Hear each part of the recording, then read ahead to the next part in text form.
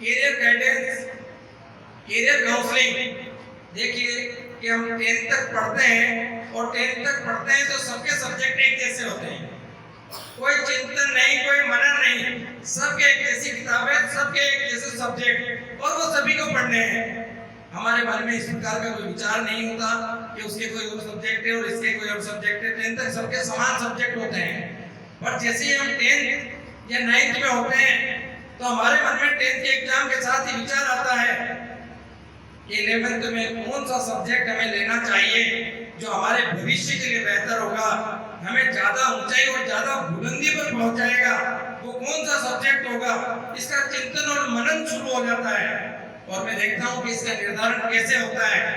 इसका निर्धारण ऐसे होता है कि जो विद्यार्थी 10th में अच्छे मार्क्स लाता है, अच्छे परसेंटेज लाता है, उसे कह दिया जाता है कि इसे साइंस लेने की आवश्यकता है, ये साइंस का विद्यार्थी होना चाहिए, इसे साइंस लेनी चाहिए। वो स्वघोषित हो जाता है कि वो साइंस का विद्यार्थी होगा।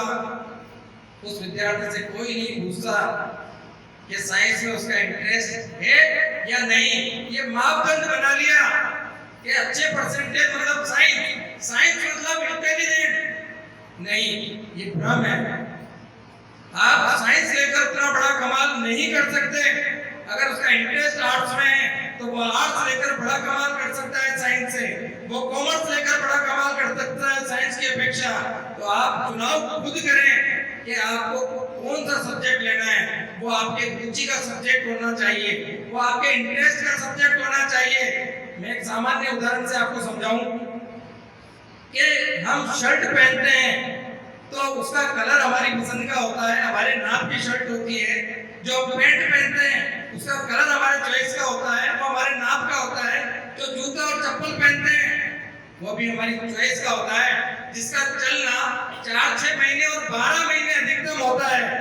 जब वो हमारी चॉइस का होता है तो जो विषय जिस पर हमारा भविष्य टिका हुआ है वो उस विषय का चयन हम दूसरे के भरोसे कैसे कर सकते हैं, उसका चयन करने की आवश्यकता हमें खुद को है।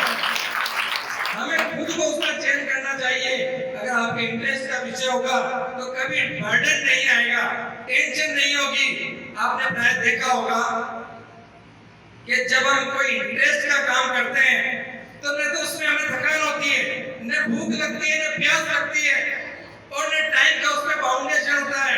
कई बार हम खेल खेलते हैं या कोई विषय पढ़ते हैं तो मम्मी 4 बार बुलाने आती है और हम बार-बार कहते हैं मैं तो अभी आया हूँ। और इंटरेस्ट का जब विषय होता है तो उसमें टाइम का कोई अभाव नहीं होता, पर्याप्त समय होता है हमारे पास, हम समय चुरा लेते हैं, हम समय निकाल लेते हैं। तो मैं चाहता हूँ कि आप 11th में वही सब्जेक्ट लें जो आपके इंटरेस्ट का है।